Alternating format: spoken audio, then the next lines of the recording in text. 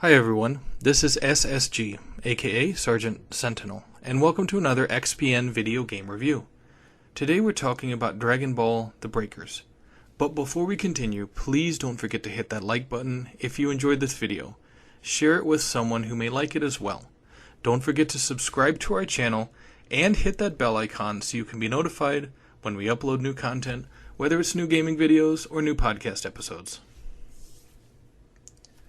Dragon Ball: The Breakers is a 7 vs 1 game set in the Dragon Ball universe with asymmetrical gameplay, where a team of players will attempt to evade or defeat one of the supervillains from the series, from Vegeta and Nappa to Cell and Kid Buu. Teamwork, stealth, and camouflage are all important parts of gameplay for the weaker characters as they do their best to survive the villain's worst.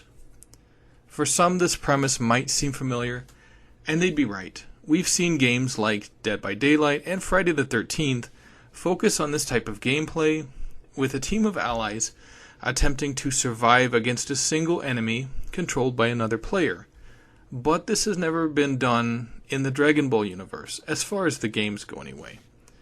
If you're not familiar with the Dragon Ball series, this premise is actually quite common, and almost always the Z fighters must team up to defeat a significantly more powerful adversary, often one who is pure evil and is only looking to destroy all those that stand in their way. Surprisingly, despite this idea already being present in the television series, like I said before, it's never been a focus of any of the Dragon Ball games, at least not like this. So to say the Dragon Ball Z universe is perfect for such a premise in a video game is an understatement.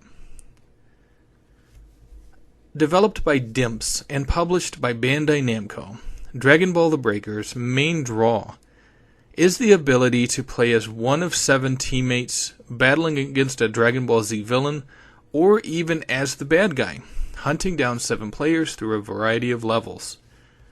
You actually get to choose this whenever you go to matchmaking.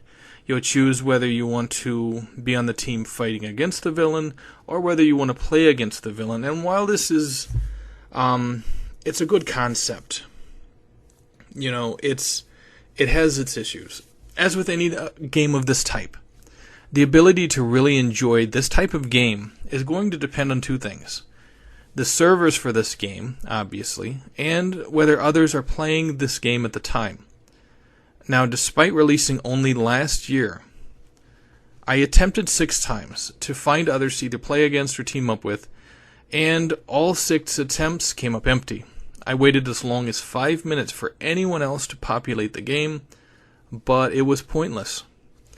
It was kind of surprising to me because I figured with this game coming out in 2022 that finding other people that were playing this game, especially since I played this during a free play weekend, I assumed that it would be no issue, but there just wasn't anyone playing it, and that's kind of alarming, especially with a game that came out, so recently. Now, there is a single player mode to help you become familiar with the mechanics and principles essential to survival in this game, but without a booming online community to support it, Dragon Ball: The Breakers seems to fall short, and it reminds me of Evolve, a similar title that also shut down for good when people just stopped playing it only a few years after launch.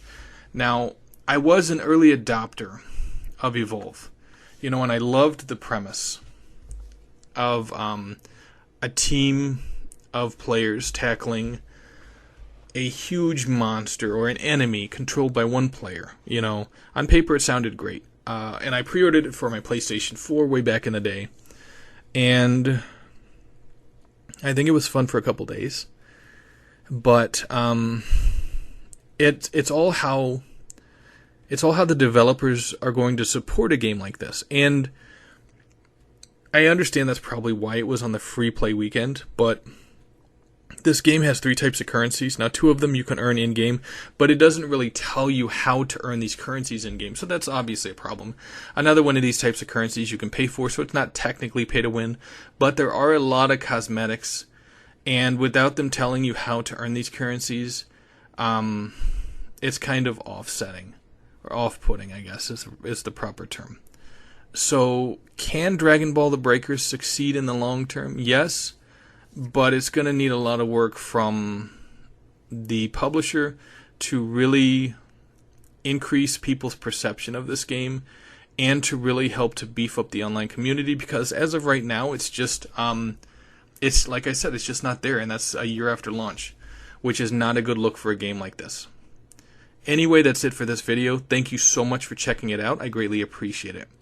If you did enjoy this video, don't forget to hit that like button, to share this video with someone else who may enjoy it, and to subscribe to our channel. Also, don't forget to hit that bell icon so you can be notified every time we upload a new video, whether that's a new review video or whether that's another episode of one of our podcasts, such as the PSN Party Podcast or the XBL Party Podcast. You definitely need to check both of those out if you're not watching them. PSN is on Wednesdays, XBL is on Thursdays. Until next time, this is Sergeant Sentinel. Take it easy, gamers.